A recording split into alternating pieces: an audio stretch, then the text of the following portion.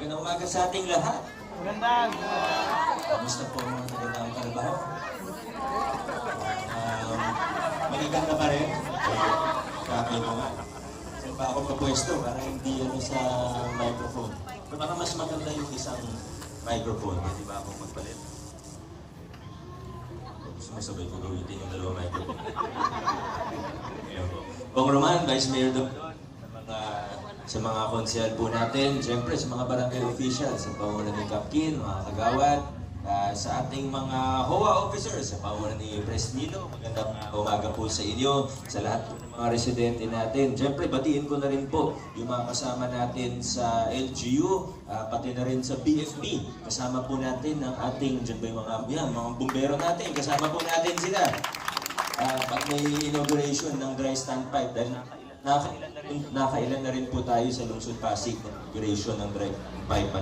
Gaya po ng nabanggit na kanina, ito po yung isa sa proyekto na mahalaga, importante, makakatulong, pero sana at inigdadasal po, hiling natin kay Father, Father na huwag natin siyang magamit. Pero mabuti na po, dagdag kaalaman din tayo bukod sa pag-install o pag-construct ng dry standpipe, mabuti rin na naintindihan po natin, alam natin, pati yung fire extinguisher, dapat alam natin kung paano siya gamitin. Kaya nandito po yung DRMO natin, kasama mga bumbero ng BFP para sa karagdagang kaalaman. Mamaya po may maiksing training lang para dun sa mga interesado.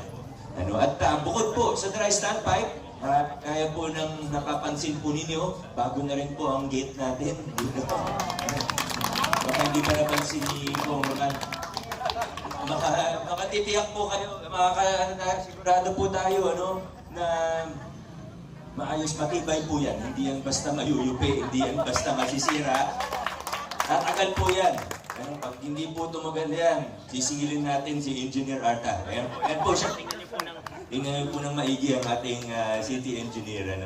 Pero biro po, nakita ko po pati yung materialis natin. Kung kukumpara, parehong presyo lang siya sa mga lumang gate. Pero ito po, matibay. Anong materialis ang gamit mo dyan, Engineer Arta? GI pipe ang gamit natin. Tsaka steel bars ang gamit natin. Kaya hindi siya basta-basta. Matibay po yan. At may isa pa po, kailangan ko po kayo konsultahin. Dahil nung nakaraang nandito po ako, meron kayo mga ibang ba po ninyo, yung mga ibang kapitbahay po ninyo may request po sa akin. Pero gusto ko pong makasiguro na gusto ito ng lahat ng mga residente o karamihan ng mga residente natin. Ang tinutukoy ko po ay itong basketball court. Ang tanong ko po sa inyo, ano bang gusto niyong gawin dito sa basketball court? Kasi 2025, meron po tayong nilalaan na budget para sa Daang Kalabaw na pwede po nating gamitin para sa pagpapatayo ng isang covered multi-purpose court. Sa reaction po ninyo, parang gusto po ninyo. Tama po ba? Yung iba ba, pwede ilalagay po sa second floor yung basketball court. Ibig po sabihin yan, yung iba ba, pwede gamitin ng multi-purpose area. Siguro pwede magkaroon ng maliit na opisina kung kailangan. Pwede rin gamitan na, pwede rin daanan yung ilalim. May daanan sa harap at sa likod. Pwede gamitin na parkingan. Kung ano po ang gusto ng ating komunidad. Siyempre, sasanggunin din natin ito sa sa barangay officials natin.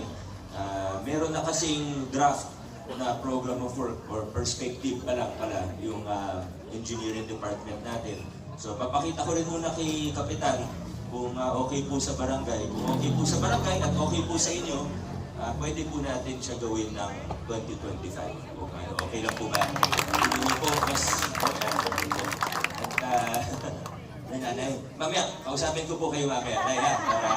Para po kasi baka abutin tayo ng tanghali. Nagtitraining pa yung BFP. Baka mainitan po kayo ng gusto. Lapitan ko po kayo mamaya. Pero hindi pa naman po final. Papakita muna namin sa inyo yung disenyo bago siya ipagawa. Baka may input kayo, baka may suggestion kayo, ipo-consider po natin. Hindi natin mamadaliin. Kailangan gusto po ninyo yung proyekto. Tama po. Dapat sakto dun sa pangangailangan at sa kagustuhan ng ating mga residente. Dahil alam po ninyo, yan naman yung tinataguyod natin na estilo ng paggugobyerno. Una, inklusibo. Binibigyan natin ng espasyo ang taong bayan na makilahok sa gawain ng ating pamahalaan.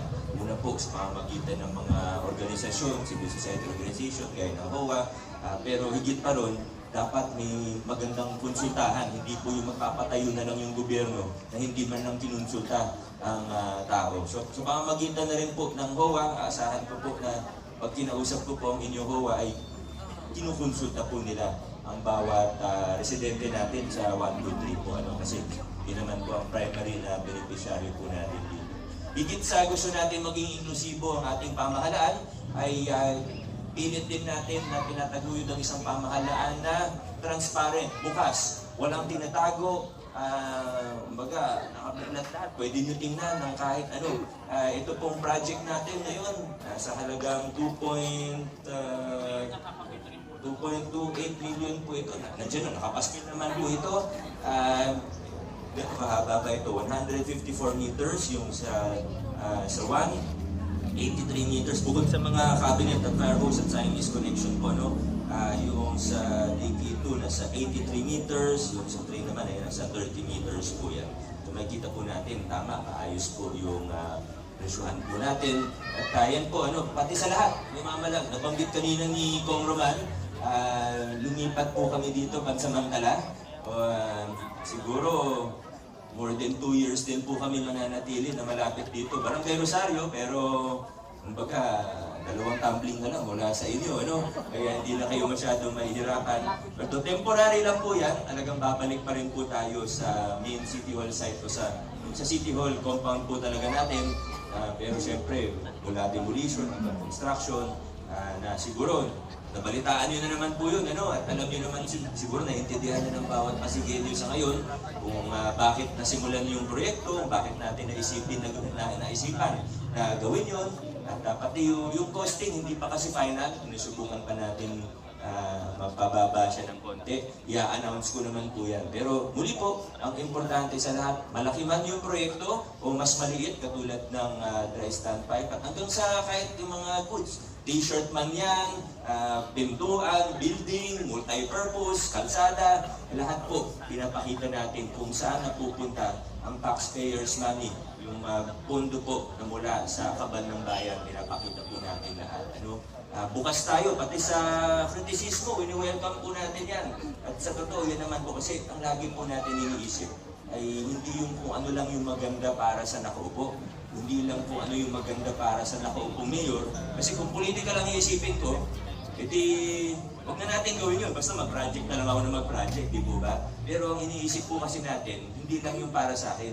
Iniisip po natin kung ano yung makakaganda para sa ating lungsod, ano yung makakaganda, ano yung mga tinataguyod natin ng institusyon para ito pong mga ito ay maipamamana natin hanggang sa susunod ng mga henerasyon ng Pasigueño. Na pag-inklusibo ang ating pamahalaan, pag-transparent ang ating pamahalaan, kahit ano pang mangyari sa 2028, 2031, 2034, kahit ano mangyari sa hinaharap, ay mas matitibay na ang institusyon ng ating pamahalaan. Mas bukas na ang ating gobyerno. Kaya tinatanggap ko po kung may pagpunag. Sa totoo, ako rin naman yung nagpakita, ako yung naging transparent. Ngayon, tapos may mamumuna, may kritisismo, tinatanggap ko po yun bilang kasama ng aking trabaho. Pero ang importante, bukas lahat.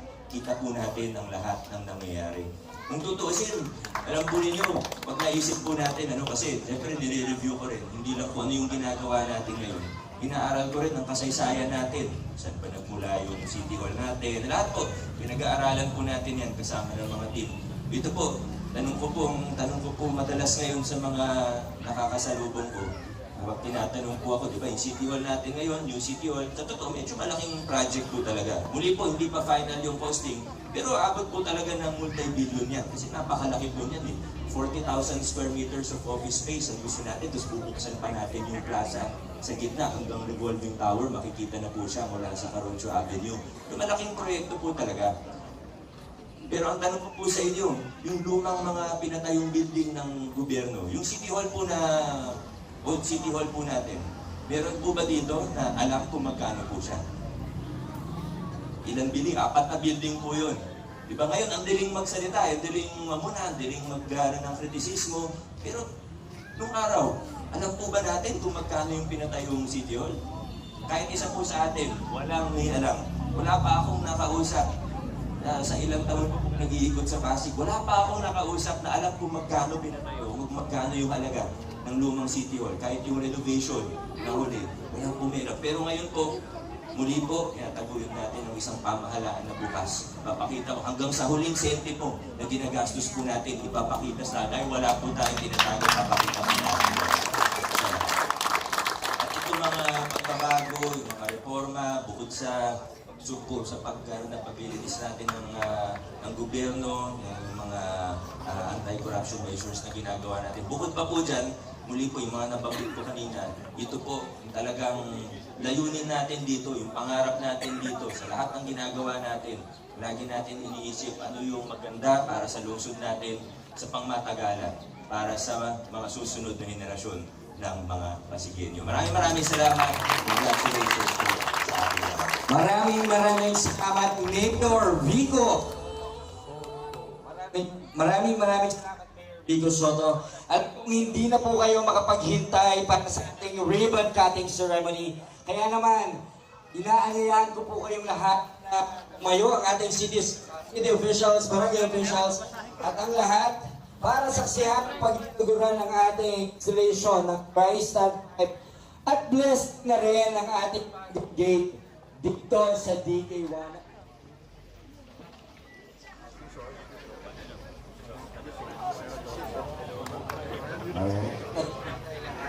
Ang ating homeowners, kasama ang barangay officials, city officials. Ayan. Alright, and 1, 2,